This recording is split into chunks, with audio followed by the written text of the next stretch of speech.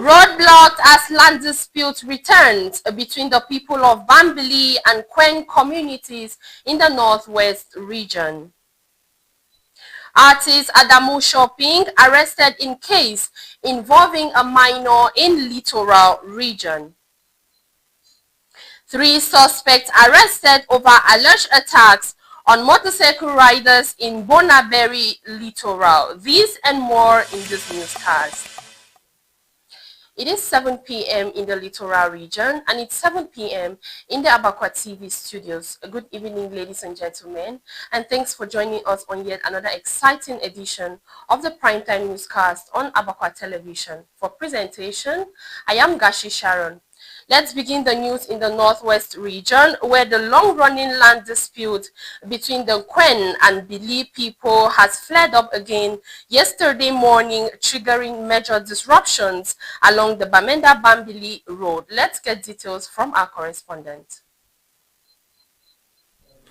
Protesters from Bambili blocked the main highway early today, completely halting traffic and commercial activities along the busy road. The angry demonstrators say they have reached their breaking point and are calling on the government and administrative authorities to intervene and address their grievances. The renewed unrest is linked to an earlier peace agreement under which the Bambili community reportedly ceded portions of land to Nkwen to maintain calm. However, Bambili residents now allege that the land in question is being occupied by members of the Nsor community, whom they accuse of engaging in fresh confrontations with them. We should also not say we want the peace. We want to say or mayor or they hate for this who own land or they may they can't try for talk or we say nothing this way they don't do and they don't tell we say they get they don't already try for rectify our problem, but the problem never still be solved because the people them they still there again. They be for night, then we always see them where they be for night. We want woke up for morning time we see houses them, but they don't send me police people. They send me the guide. Now the police people they will not know either. Now the police people that they guide the people that they be for night for morning time we see houses them. So they shock you over there for skin. Then we all houses that they burn them. So we then also will be restless. We will not get we house for sleep inside, but when the other part. The houses they stand fine where they did the inside, but we own house will not get house to sleep inside. They even chop for feet and feet picking for day in no day. We start so be stranded. We don't know side would go na for side for go sleep for day. So what does it they tell you what I would go na for end? More yeah, what I would go na for end. The situation has had a severe impact at Caps Junction, a major transport hub that is now completely blocked, leaving commuters and university students stranded. In Bambili town, tensions remain high, with most shops and businesses shut as residents anxiously await developments. The security forces have been deployed to the area, but as of now, they have not succeeded in reopening the road or fully restoring order. Authorities are urging the public to avoid the Bamenda-Bambili axis until the situation stabilizes. As conditions remain unpredictable, this is a developing story and more updates will follow as information becomes available. And now let's take you over to Douala Littoral region, where a serious incident has sparked widespread reaction on social media in public circles in Douala following the arrest of Cameroonian musician Adamu Shopping, who was reportedly found in a guest house with a 14-year-old girl in a neighborhood known as Kang Yabasi in Douala. Schneider Williams took interest in the story and now reports. According to corroborating sources, the arrest on Tuesday came after local residents alerted security forces. The artist, whose real name is Wiba Adamu Danjuma, was taken to a police station for questioning. Audio and video clips of the interrogation have since circulated widely online, drawing attention to the gravity of the allegations and the vulnerability of the minor involved. During questioning, the minor's father was visibly shocked and confronted the suspect, asking whether he knew the girl was his daughter. Adamu Shopping reportedly appeared confused and claimed he was unaware of the girl's identity. He stated that had he known she was the man's child, he would have approached the family to ask for her hand in marriage. As video footage of the interrogation continues to circulate widely on social media, public reactions have been divided. While many have strongly condemned the artist, others have raised broader concerns about the exposure and vulnerability of underage girls in cities such as Douala and Accra. This incident is also reviving memories of a previous controversy involving Adamu Shopping, who was once linked to a public dispute with fellow musician Longe Longe. Judicial authorities have yet to issue an official statement detailing the charges or the status of the case. However, investigations are ongoing. Security officials in Douala have urged the public to exercise restraint, stressing that the presumption of innocence applies until a competent court rules on the matter. And still in Douala, 3 individuals, 2 men and a woman, have been arrested in Bonaberi, Douala, in connection with the alleged theft of a motorbike, but the suspects having denied any involvement, claiming they were wrongly accused. Let's get details from our reporter. Tension rose in the Bonaberi neighborhood of Douala following the arrest of 3 suspects accused of being part of a gang that allegedly attacked commercial motorbike riders and stole their motorcycles during night operations. According to initial local reports, the suspects, 2 men and a woman, were apprehended after residents and motorbike riders linked them to a series of recent attacks in the area.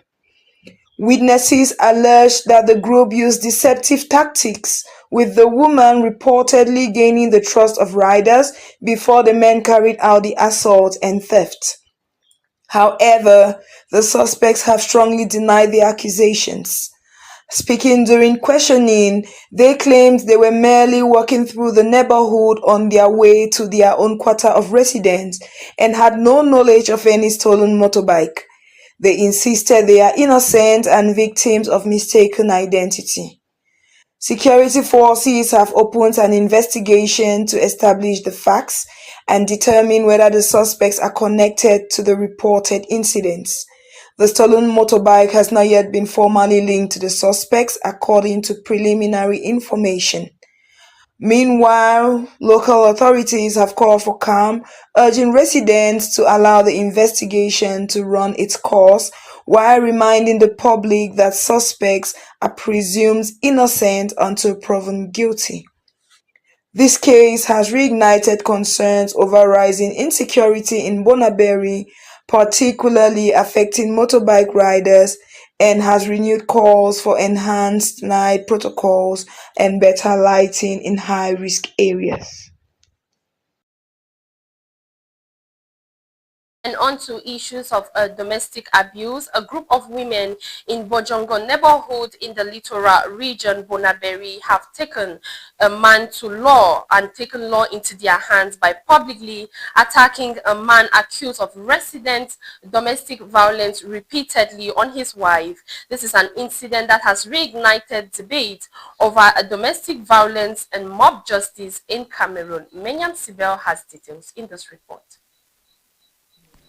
Residents say the man, popularly known in the area as Father Lion, had for months allegedly subjected his wife to frequent physical violence, with her cries often echoing through the neighborhood.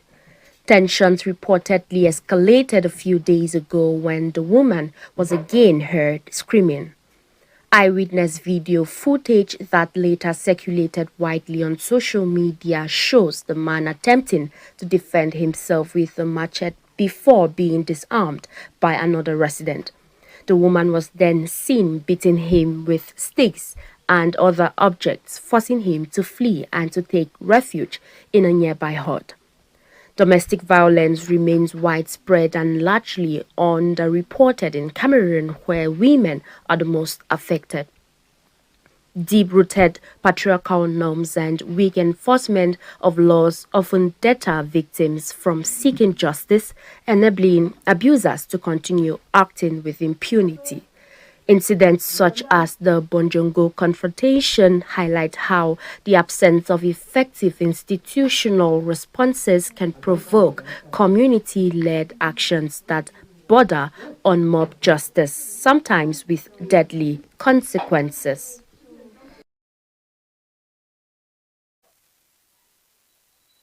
And still on issues in Cameroon, a long week tense political atmosphere in Yaoundé over autonomous port of Douala scanning management crisis between Prime Minister Chief Dr. Joseph Dion Gute and Yaoundé strongman SGPR Ngongo Ferdinand reaches compromise as discussion of SGS reinstatement begins.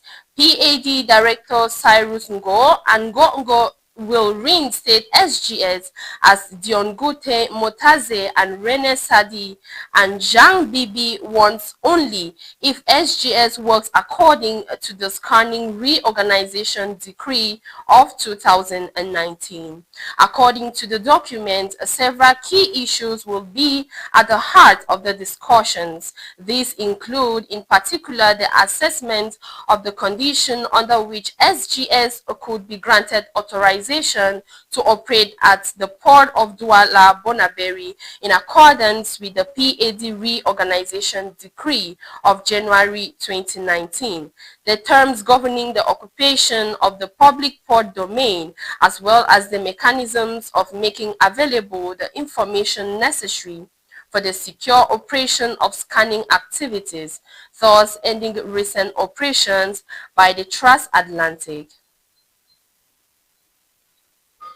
And still on to human interest story, the senior U.S. official Nick Checkers held talks yesterday with Malian officials in Bamako as part of measures to reset the strained relationships between the two countries, the United States Department announced. The State Department added that frank, in-person conversations are an important step as they work to reset the U.S.-Mali relationship, respect Mali's sovereignty and chart a more constructive path forward. The United States looks forward to continuing this dialogue. Ambassade de l'États-Unis au Mali, the statement added.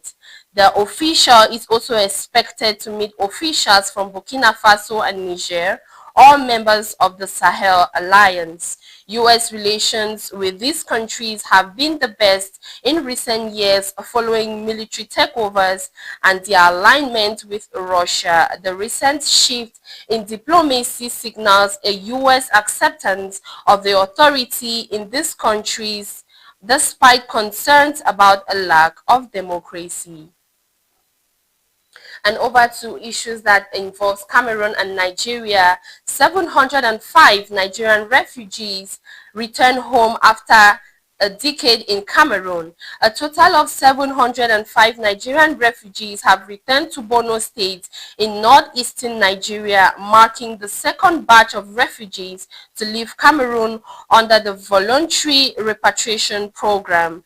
The refugees, grouped into 85 households, are part of the fourth phase of the voluntary return initiative for Nigerians who fled Boko Haram violence more than 10 years ago and found safety in Cameroon. They left from Marwa in the far north region on January 29, 2026 at about 11:25 a.m., marking another important step in the organized and supervised return process.